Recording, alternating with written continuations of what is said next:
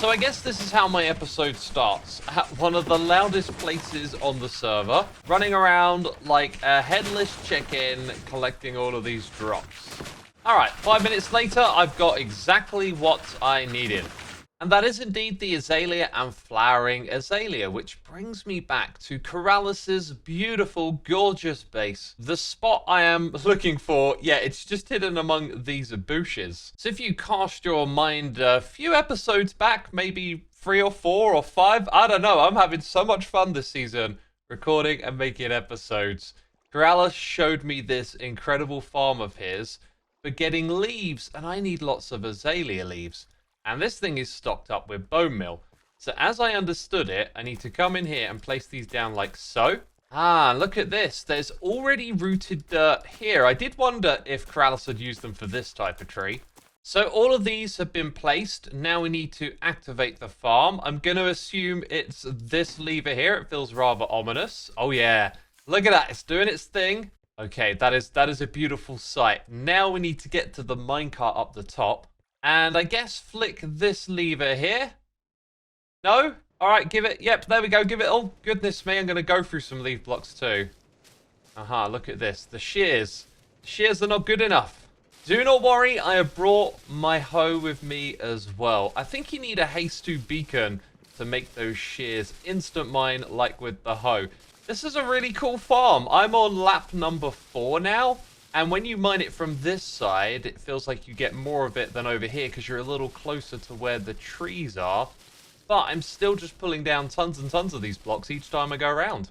Okay, I've decided that I've probably got more than enough for my needs. They're certainly not in my inventory. Most of them are down on the ground. So then there's like a water flushing mechanism that we need to activate. Since this is blue, I'm going to hit that. Blue for water, right? Oh, look at that. That's awesome, although I was supposed to remove these 2 first, wasn't I? Yeah, I remember Coralis telling me this. I forgot that step. Now you can see way more of the leaves are making their way into the hoppers. And it's a little bit tedious to come back here after and get all those remaining oak logs. But I tell you what, for getting leaves, it's pretty fantastic. Possibly just missing a haste 2 beacon. Ah, now I didn't clear out these chests when I got started, but I think the only thing that was left in them were these saplings. So as you can see, we got a redonkulous amount of leaves. What an amazing base. What an amazing farm. We got more than enough leaves for my needs. So let's cue the intro music and I'll show you what I'm going to get up to. Or should I say what I have gotten up to? You may notice this place looks a little bit different. That's because the storage system is complete and the interiors for the time being are complete too. And look, we've got a little visitor. I say little, you know, this guy's actually pretty tall. And yes, this is what we needed all of those leaves for. An incredible leaf roof that just looks awesome. I love the atmosphere in here now. And you'll also notice that it feels very complete because I've tidied up these walls here. There's no more open spaces. We've got a corridor to walk down from the entrance into the storage room. And this area has been successfully attached with another one of our guardians. So we have Jack, the protector of pumpkins. Over here, the postal guardian. And over here, the defender of auto-crafting. Although it needs a name, and also we're running out of blocks that have faces on them. As soon as I said that, 2 blocks popped into mind. Yeah, that's definitely a face, as is that. So we can make at least 2 more statues somewhere around here. Anyways, I'm distracting myself. This is, of course, our assisted crafting setup, let's call it that. And it's been integrated in, and it looks so good. Next, we're going to turn our attention to what's behind here, but it's useful to point out that the 3 sorting systems I'm about to show you will be filling up these red, brown, and yellow shulker boxes. So yes, I have constructed the final parts of our sorting system. And if we hop over the back here, you'll see that there is a brewing stand and a chiseled bookshelf. That's because this sorting system right here is for unstackables, and we can actually filter them by trying to pass them through a brewing stand. So potions will actually get separated into the first area, books into the second, and anything else unstackable into the third. So that means when I throw in shulker boxes full of junk like this, the potions will reliably end up in the yellow area. And for things like tools, they'll go to the red boxes, and then books will end up in the brown ones. It's a pretty spectacular system, and Cybot has done just an amazing job adding all of these features into this system. And there was one that I requested and then kind of forgot about, and so as I was going over all of this jumble of redstone, I didn't realize the thing I was looking at was the very thing I had suggested. This is related to our ender chest. We rarely have more than one stack of one type of item in here. This is all about accessing lots of different blocks in the game. So if we have like 10 stacks of one material coming through, we don't want to continuously cycle it through this storage system over here. So Cybot added a clever contraption that actually detects when you send in more than a stack of one type of item at once, and then it will redirect them down here. So this row of hoppers where I was thinking like, what is this? Why is it going all the way over here? It goes into the elevator up to the top, so it bypasses that system. And there are other cool features in here too, like the shulker box unloader. That will actually return shulker boxes into these chests here. And then, of course, there is a non-stackable item detector wedged in here that will send the items over here to get sent up to the top and go through the filtering system for our non-stackables. Right, and that's enough waffling about the storage system. Before I run my first tests and start using it, I still do need to set up tons of filtered shulker boxes over here. So when that's done, I'll report back on that later. Hi! There's my fellow wolf. Fellow wolf, indeed. How you doing? I'm good, and that's why I asked you to meet me back here at the place where we came up with the fantastic idea, the Wolves of Wall Street.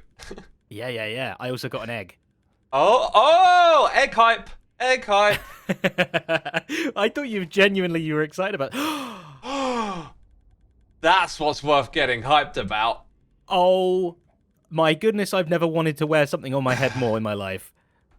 You look so cute. I want to pat you on the head. Oh, go right ahead. I'm the Wolf of Wall Street, Zed. I'm the actual Wolf of Wall Street. The thing is, there can be two. Oh my goodness! Look how big it is. Oh, that's creepy. There we go. Yeah, it does look a bit odd, doesn't it? Boop. Slight problem. Mine doesn't fit. You can just about see. Yeah. I'm a sleepy wolf. I'm just asleep the whole time. Man. Nobody knows whether I'm watching or not watching, or That's the whole mystique right there. That's so cool. This is amazing. I love it. Okay, Wall Street is a thing. Oh, officially a thing. Sorry, I'm just littering. Thrown. I'm just littering in the nether, throwing eggs all over the place. I don't think it made a baby chicken, so I think we're all good. But oh, that's fine. I hear you've got a sort of a preliminary Wall Street set up already. Yes, I do. Follow me, Zed. Follow me. Let's have a prowl. The pack. Prowl. Perfect. Yeah, let's prowl on into the shopping area. This is temporary. What you see right here is temporary, though. Okay. Gotcha. Yeah, of course. We're gonna have to build something much grander than this. This is just This is Wall Street. This is Wall Alleyway for now. Exactly. Have a stroll on in and a look around.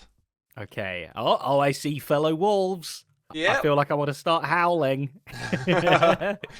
Aren't they cute? This is amazing. We are so cute, all of us. Yes. Every one of us. Is this mine as well? I've made profit. Yeah, take your profits. So this is mine.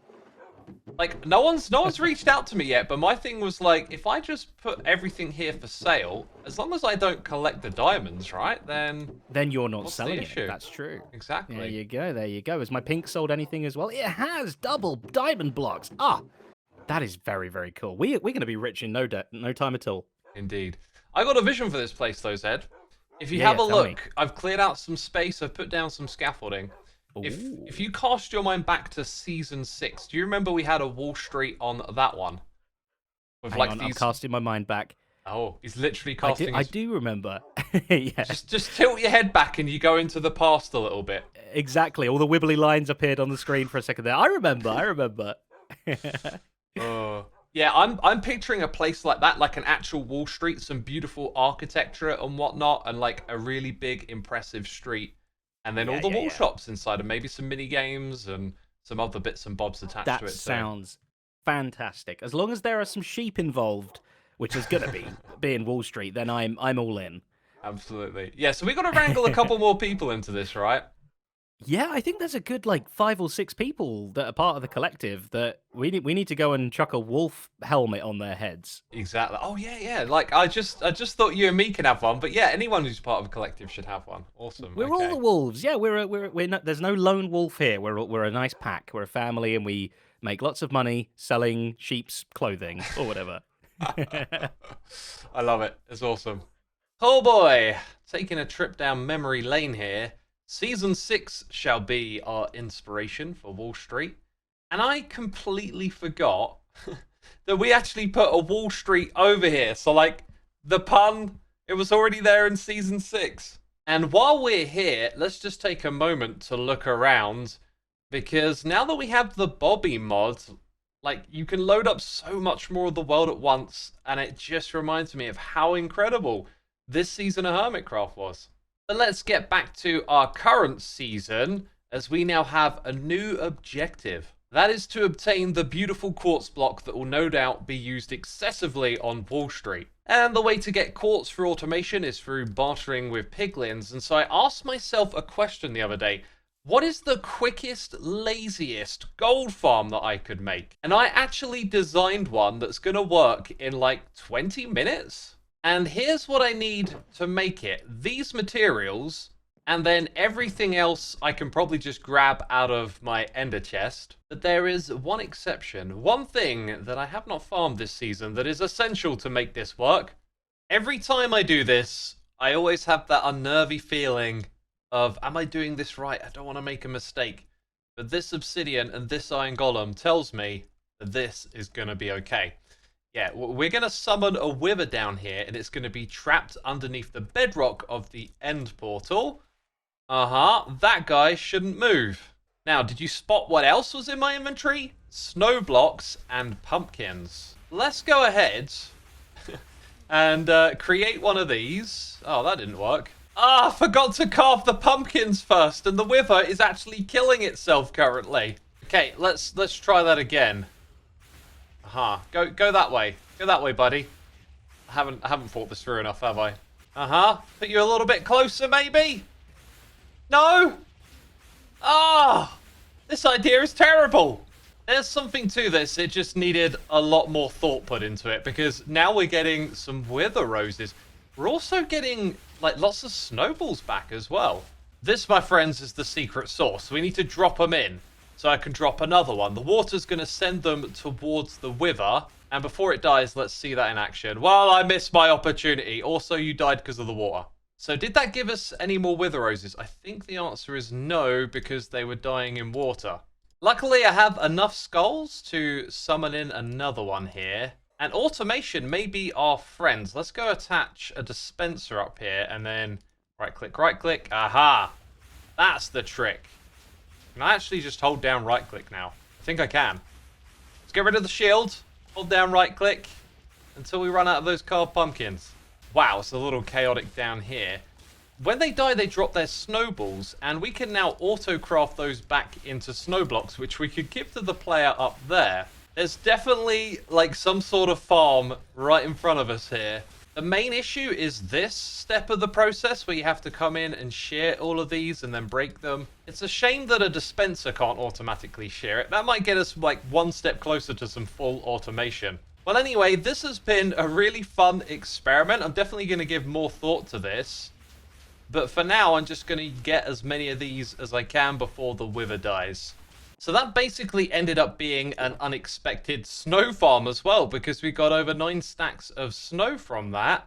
And look at this, lots and lots of wither roses. I actually only needed 36 in total for the farm we're going to build. And as you'll see in this clip here, the more and more snowmen I got down below with the wither, its health started to go back up. I think this is because it's no longer attacking aimlessly and hurting itself, but it's targeting the snowmen. So it kind of helps keep the wither alive and allows you to farm so many resources from it. Let's now turn our attention to the nether, because of course we want to build a gold farm here. And the goal of that farm is a minimal amount of effort put into it. So the first thing we have to do is visualize where mobs can spawn when either player I'm all the way at the very top of the nether. The highest you can go, or at least place a block, is Y256. So we've used these mods to visualize these things before, and I've just turned one on. It might take your eyes a second to adjust, but that is a despawn sphere around where I would be at the top of the nether. The key observation here is to note that we don't have to do any kind of perimeter making, right? So if we just go ahead and build a farm inside of this down the bottom here with me above it, it's going to have zombie pigmen spawning in it. So first things first, we need a curiously shaped spawning platform, but a whole bunch of nether mobs can actually spawn on here, including the ghast. Now, here's a hint as to what we're going to do with this farm. We need glazed terracotta for the ceiling. This will actually prevent all other types of mobs except the zombie piglins from spawning on the magma blocks, but then mobs can spawn on top of here. So I'm just going to throw down some glass. Maybe I could have used slabs or something else, but I decided to go with this for the aesthetic. However, it won't compensate much for the odd shape of this build. I mean, it's a typical farm that just looks weird and janky.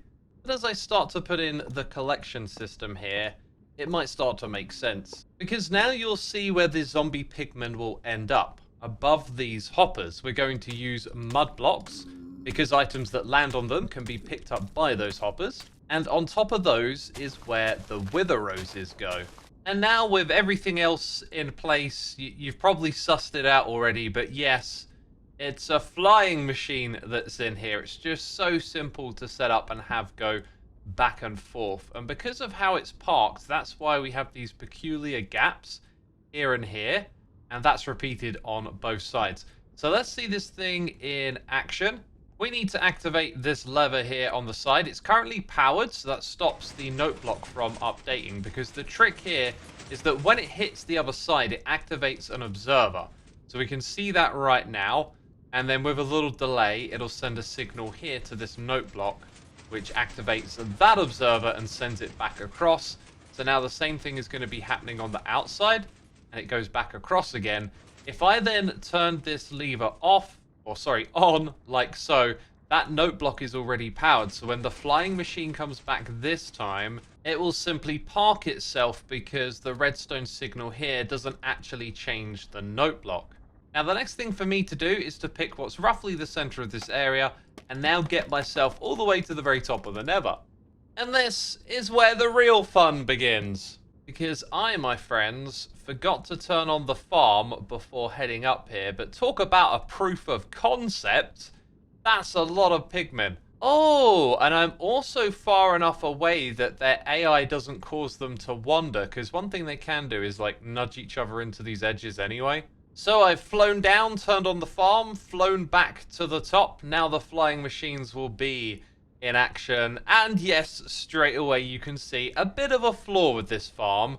The baby piglins, so these suckers are taking up the mob cap, and we have to wait until other zombie piglins die, and then new ones will spawn and hopefully nudge them in, like that right there. Oh, just missed it. So it's not all terrible, and they can actually despawn on occasion too, so this kind of slows it down a little bit, but hey, this is a very quick and easy farm.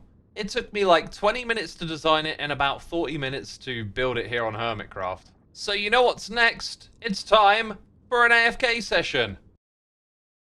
Now I must remember to turn off this farm every time I fly down here. And that is a strangely beautiful sound.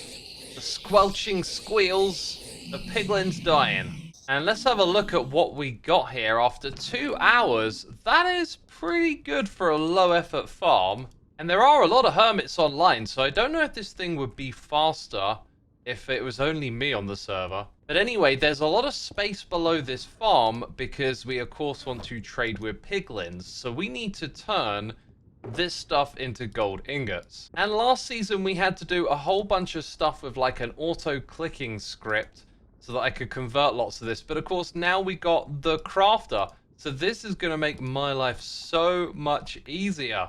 All right, and how much did we get in total here? Yeah, that's pretty decent for a low-effort farm. And obviously, there's still more construction to be done and some piglin wrangling. But that, my friends, is a project for another day. Something we will get to soon, no doubt, because I am absolutely loving my time here on Hermitcraft this season. And I can't believe how much we've done lately as well, like getting all of this storage system in place. These are exciting times. But yeah, if you've enjoyed this episode of Hermitcraft, be sure to leave a like. Thanks as always for your support. And I'll be seeing you soon with another episode of Hermitcraft. Take care. Bye-bye.